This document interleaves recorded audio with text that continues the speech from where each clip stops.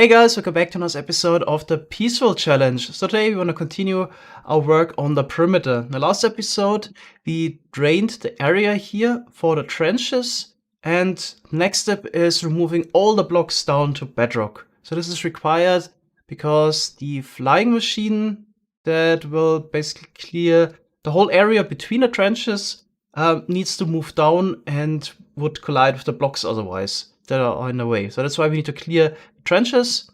In order to do so, we will use a smaller TNT duping machine because, well, in Peaceful, we don't have beacons, and digging all of that would take a very long time. So that's why we're happy we can use some kind of TNT machine for that. But there's a bit of a problem with those gravel walls here.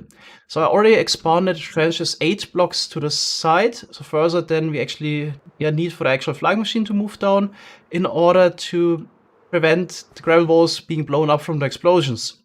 But if you use the standard TNT trench making system, it always operates the same height and blocks are sometimes landing on the terrain below, then it's just a matter of time until TNT shoots another TNT to the side and the gravel walls will be blown up, then water is leaking in, and it's basically also shielding the blocks below from the next explosion, and we basically constantly have to replace the gravel walls. So this would be quite a pain unless we come up with a better flying machine. It's actually going to be a 2-step process. So we're going to have a simple flying machine that operates the same height, just going back and forth, removing all the terrain down to around Y70. And then we're going to have a second trench making machine that takes out the terrain here layer by layer. So the explosion will happen just right above the area, so there's no chance that a TNT will propel another TNT anywhere. So that's why we have this 8-block gap, so the TNT would explode here just right above the terrain, and the gravel wall be unaffected. Then at each end we push down the flying machine, and then 1 block lower we take out the next blocks. So basically like a world eater, just without the sweepers. So in case we run into any more cave liquids or lava lakes below the trenches, those will be removed manually. And since we remove everything down to Y70, that's about where the flying machine would also end up. It's usually around Y80, so TNT can drop down 80 blocks. We also don't need to worry about the other flying machine colliding with anything. Alright, so that's the plan. I haven't designed this system yet, so that's why we need to go to Creative World and do so. Okay, so let's start with the flying machine that is supposed to remove everything down to Y70. So here I'm using a TNT duping module that has 2 TNT. Just gonna save some effort to use this type of machine. And yeah, here you can see. There's definitely a lot of TNT dropping down. And here you can also see the effect that you would have if the TNT lands on the terrain below. A lot of TNT gets shot to the side. As you can imagine, if there would be a gravel wall on the side here, it's just a matter of time until part of it would be blown up. But yeah, this machine is supposed to operate higher, so the gravel wall will be unaffected. Okay, so we're basically gonna build this at around Y150. It's gonna move everything down to Y70, I would say. And now, yeah, this was the easy part. Now we need to come up with the flying machine that also moves the TNT duping module down layer by layer. I forgot to mention one thing. There's also a downside of this TNT duping module. If you go through some terrain where snow layers can form, TNT will be affected. So if there's any snowfall, it could happen that this TNT duping module would basically fail to function because the TNT gets updated by the snow layers. But actually one way around this issue would be to just be outside of the range where snow layers can form. So this is only in a radius of about 128 blocks around the player. If we place our counts in a way, the machine will be loaded, but no snow layers can form. So basically if we stand like 200 blocks away, then there's also no danger of the machine being affected by the snow layer forming.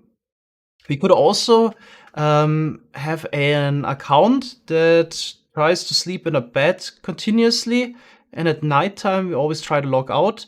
Then you have a 10-minute window where no snowfall can occur, and basically after 11 minutes you can already sleep again.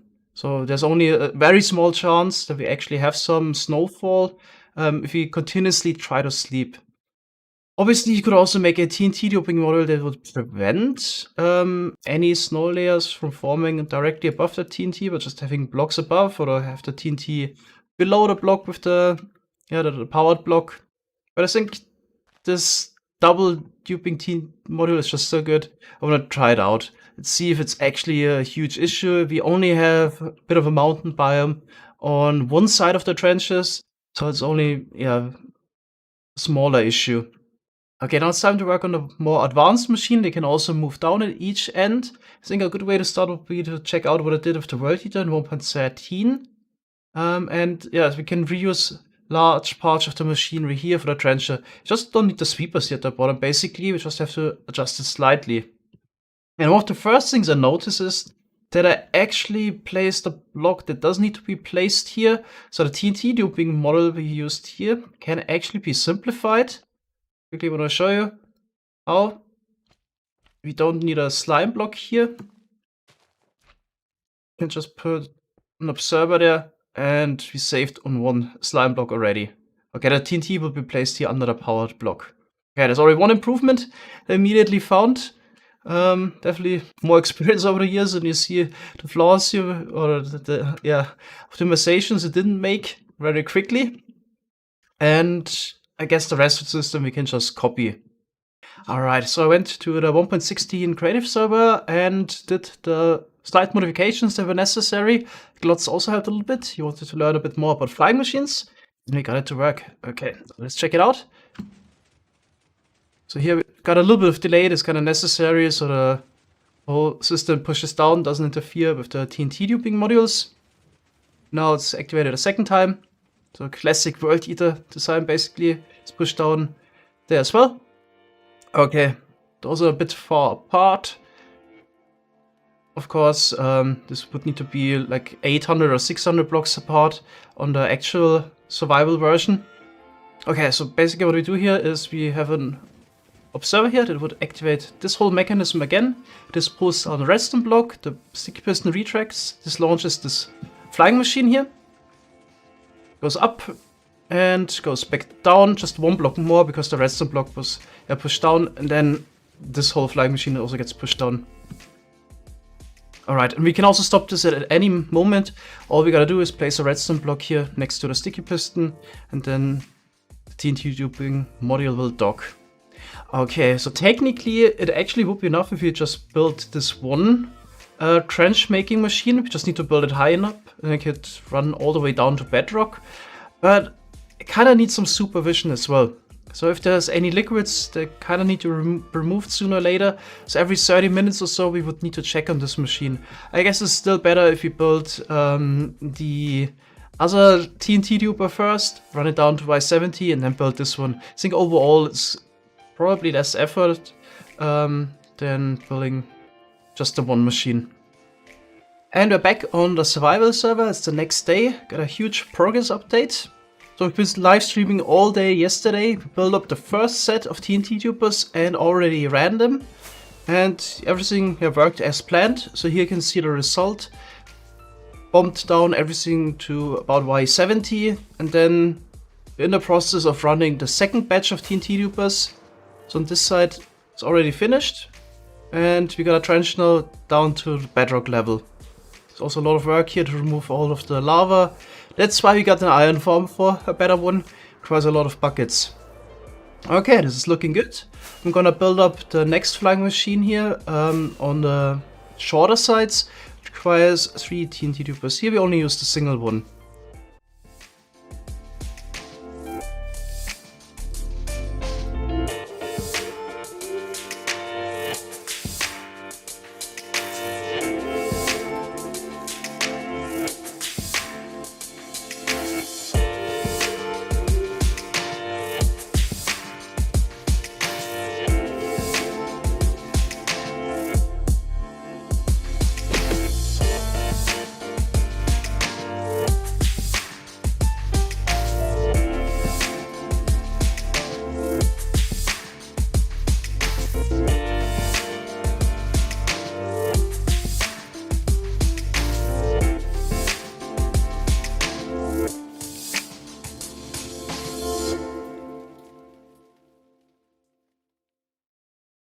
Alright, so we're ready to launch the next trench making machine. I just have to remove this redstone block here.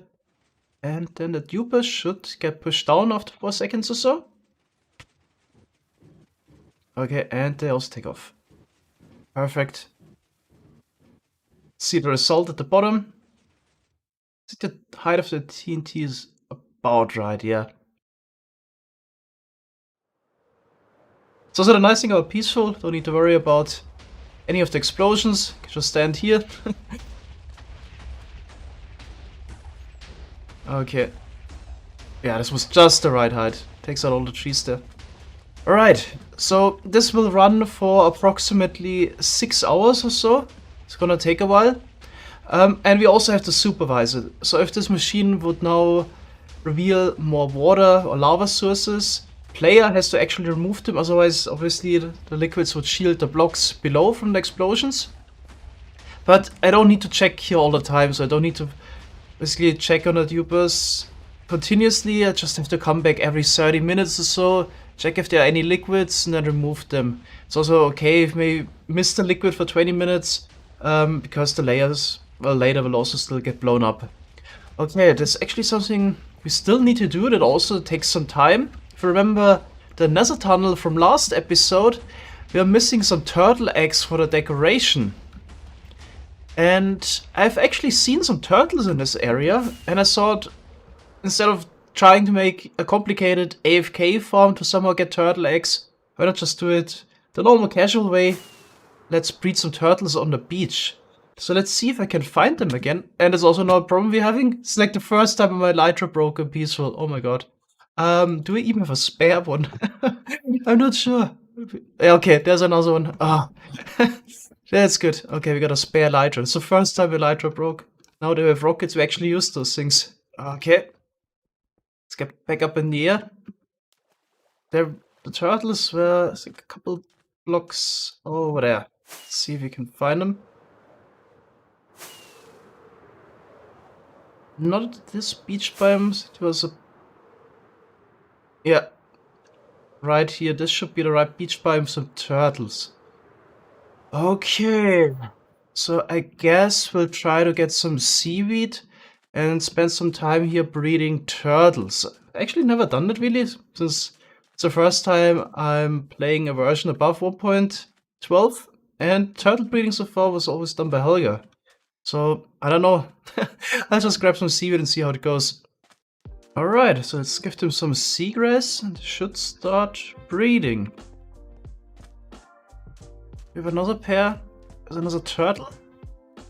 So I'm not sure, should I get the eggs immediately, or it might be better to have a couple more turtles first. Okay, there would be a fourth one. There's 2 more on this side. The ones I bred so far create any eggs? I think they have to do that in sand. Let's see what's going on.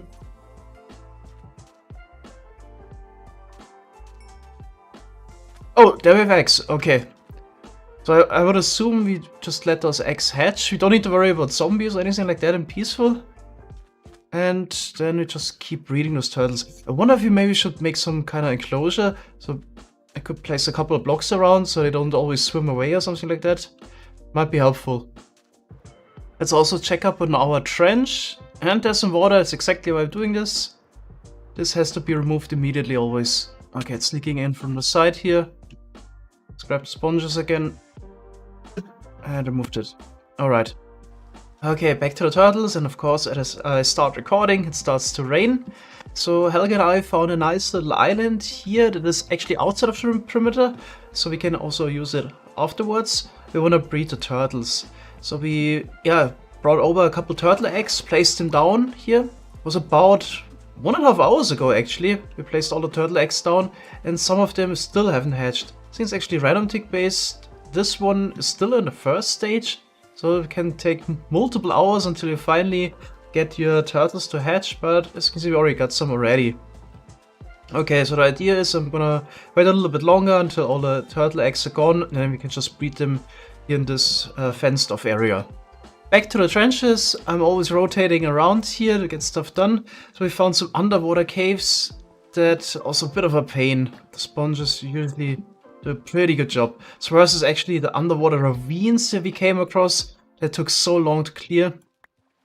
So having an ocean biome for the trenches was definitely a mistake. Should have maybe moved it out a little bit, because it's not only the actual ocean water, it's a problem. Also the underwater caves and ravines are kind of annoying. Okay, let's see. Actually, the caves aren't that bad, to be honest. We have enough sponges, it's no problem. And we have another progress update. So the trencher on this side is also now finished. We can fly around the trenches and get this Star Wars feeling, especially here with the narrow one. It's kind of neat. Also, look at how clean the wall is here on this side. So the TNT was aligned by the TNT tube on one side, and this is really cleanly looking. Should have had that on the outside though. Should have probably mirrored the TNT tuber. Anyway, let's also check out the progress on the turtle breeding operation. We still need to remove the flying machine here before we can actually build the world eater. Right, I can already say so much. We also need to adjust the world eater a little bit in order to work with the kelp issues I already mentioned in one of the last episodes. Okay, so here's the turtle breeding setup. Helga was actually already breeding turtles yesterday and got a lot of eggs. She might have put it into the chest here. Yeah, there we go. Almost 9 stacks of turtle eggs already. Yeah, if you look inside, that's how many turtles we have now. Pretty good. They all try to pathfind to the water, which is kind of helpful. But the one problem is, obviously, if you breed them, then they would basically cover up the eggs very frequently. One problem that we're having right now is that we're out of seagrass, and farming it manually is kind of tedious. You might as well just build a small seagrass farm right next to the turtle pen. But I'm a bit of a hurry. We need to adjust that world eater so I can build it later this afternoon. So let's head over to the creative world and I can explain the problem we're having with the kelp. Okay, so this is the honey world eater, and those are the sweepers that remove the liquid. And here's the issue. So if you head over there and launch this sweeper, you can see there's some floating water remaining behind. Now, if there would be kelp below, it could actually grow into the flowing water and create a water source, which would lead to all kinds of issues. So we want to prevent that from happening. So let's send the flying machine back and replace the water again. I think there should be a really easy fix for this. There we go. I think if you place a piston here and there, then they should be able to take out the water. Then we can also replace one of the glass blocks with an observer, so those get powered. And let's check that out. So we also got flowing water there for a short moment, but it's immediately removed. So even if the kelp will grow into the flowing water, then it's still getting removed in the next step. So that's an adjustment we probably need to make. That's just the question, since we have a 1 block gap here in between the sweepers. If that is actually enough. Might also need another piston there, just getting powered, to also take out the potential water source. But then we might have another issue, so we can't really place an observer facing this way and that way, because then we would create an observer clock. Yeah, this might have some issues with the push limit if we need to attach extra blocks. Maybe there's a work around this. So I checked the push limit, it was at 11, so we're able to attach one more extra observer here for the piston. Let's see if this is actually working. Oh no, we have some floating water here. Okay, so the solution is not working. This would cause issues. Let's also simulate real quick what would happen if the kelp grows into the flowing water. You can see what kind of problems we could get. Set the random tick speed really high. And there you can see. Soon as one kelp grows, new water source is generated. Then a flowing water on the side is created, which the next kelp plant could grow into. And so on and so on. So basically we get all the water back. But this is definitely an issue we need to deal with. Okay, so here's an idea how we could maybe fix this. What if we move this piston 1 block further to the back, like this? And then Could power with an observer from here, but I always see issues with that. Let's get the water back real quick and launch this. Okay, now this is looking a lot better. Just got a floating water there for just a really short amount of time. Okay, but the issue that I'm seeing is that those observers here are not covered up on the side. If we put the water back here, then I'm afraid that maybe some flowing water could update the observer, or imagine we have a water source here and kelp grows into that, activating the observer at the wrong moment. So I'm not quite sure if this might lead to issues. Let's maybe just try it out with the really high random tick speed and see if maybe something fails.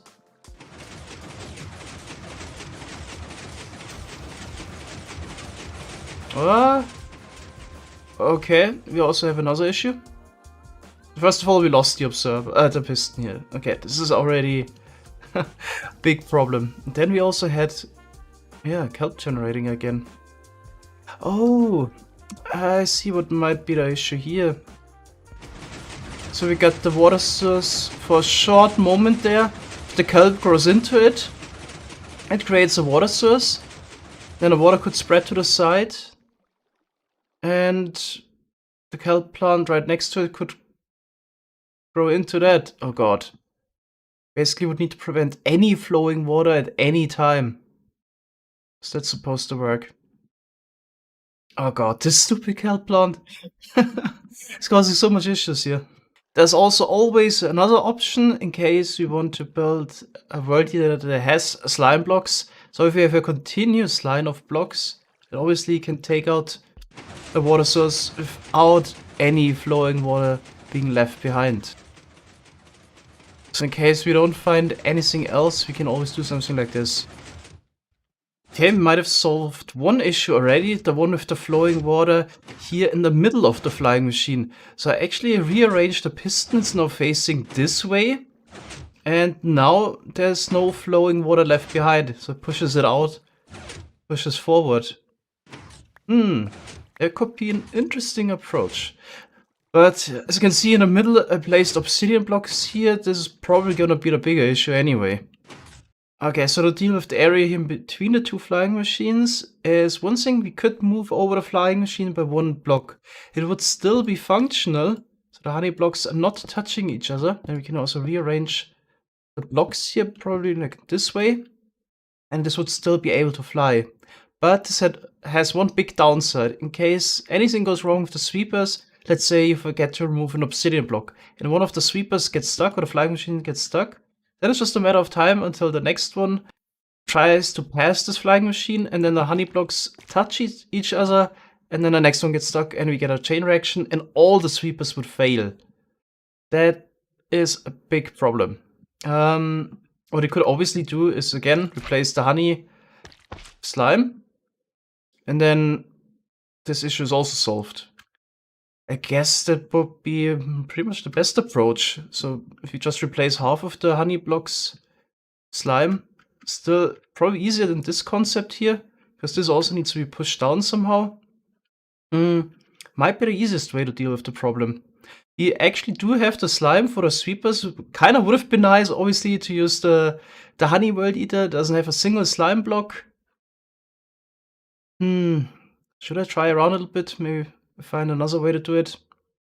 Yeah, kind of want to use a honey block only world eater. I'm gonna try a little bit more. So let's keep doing things step by step. Let's try the proposed solution. We don't have a gap in between the flying machines first. See if this is even working. Okay, tick speed is a lot lower. We can see the whole process.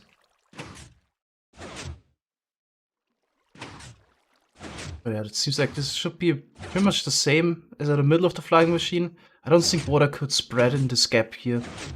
Yeah, the pistons always extend. Really no chance for the water to flow anywhere, really. So this would be a working honey block world eater that can deal with kelp. Just that we have the small issue with the reliability, or yeah, if something goes wrong, then we get a huge chain reaction, all of the flying machines would fail. Okay, that's also kind of interesting. Double pistons here would also deal with this problem. But I had to actually raise the push limit to 15 to make this work with this type of flying machine. Don't think it's really worth it. Try this. Okay, looks like it's definitely possible to make such a flying machine with the push limit. It's just gotta be a lot shorter and we will need to build a lot more of those. But check this out. Definitely flies and has the double piston on the side, so it should punch out all the water. Right, let's build that up over here and then test it also out. Alright, here it comes. So the random tick speed is 10,000 times higher than usual. So the kelp should pretty much be able to grow immediately. Alright, let's see what's happening.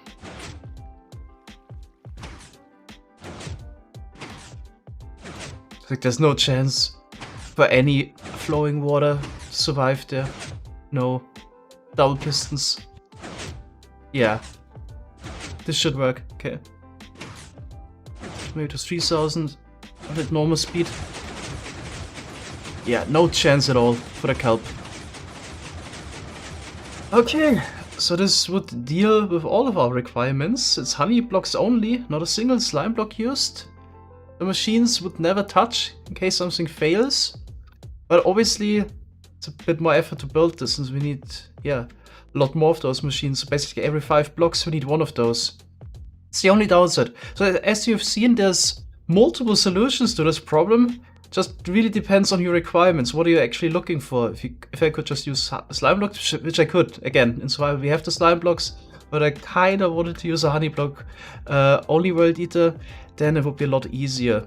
But I think just to be able to say we build a honey block only world eater that can deal with kelp, we're gonna go for this solution. I mean, it's also not that much more effort to build up compared to what we have already done with the trenches and everything. It might take us maybe an hour longer to build, maybe not even that long, so we'll go with this. What I still need to do is obviously adjust the whole redstone around, so this you also need to push down this flying machine. That needs some testing, so let's work on that next.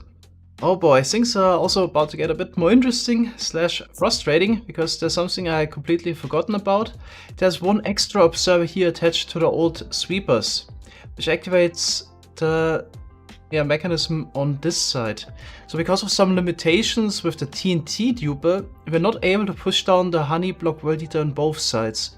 We basically fly over, activate the stations on the other side, which moved in 1 block down, and then we fly back, and then the flying machine is getting pushed down on this side again. The limitation of the TNT duper is basically that it doesn't dupe TNT going both directions. Alright, so now we also, need to worry about that somehow with the sweepers. So this would be the system here. Let's just test this and see if it works. Oh, it does. Okay. Forgot to place a normal block. No, there it is. Okay. Alright, I think we can just reuse this. Oh, wait, no. What is going on with those pistons? Oh, no. Seems like the pistons are triggered at the wrong moment and left behind. There's always something. So let's run the game a bit slower to see what's going on with those pistons. Seems like this is just an update order issue and we could probably fix this by adding a bit more delay. So there we go. Now this gets pushed down, activates the sticky piston, and getting a ghost block, which is kind of annoying. But from the looks of things, those pistons were left behind, and here we just have ghost blocks. Okay, I see. One way to fix this is probably just to add one more extension here and push down this observer a little bit later. This gives the pistons enough time to extend.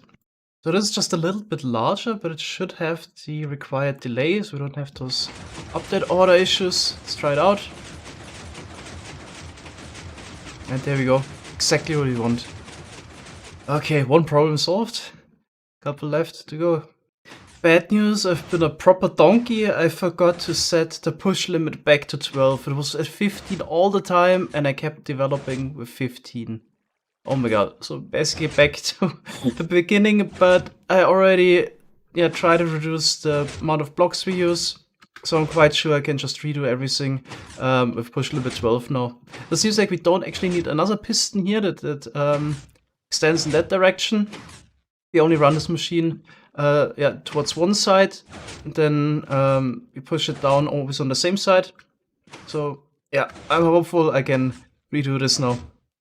Alright, so after this little issue was solved, we finally can now test the new Kelp Safe World Eater. Let's see how it goes. Okay, TNT tube is launched first, a couple seconds later, the sweepers, and that seems to be working. Oh, that's good. Alright, so I'm just gonna place down a redstone block. Doesn't launch again, but it's, yeah, looking all good. Perfect.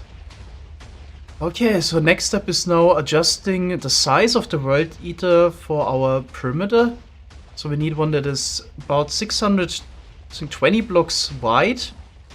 And also the distance in between the stations needs to be 800 blocks, so 600 by 800.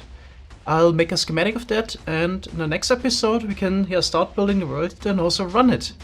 That's it for today. Thanks guys for watching, and see you next time. Bye bye.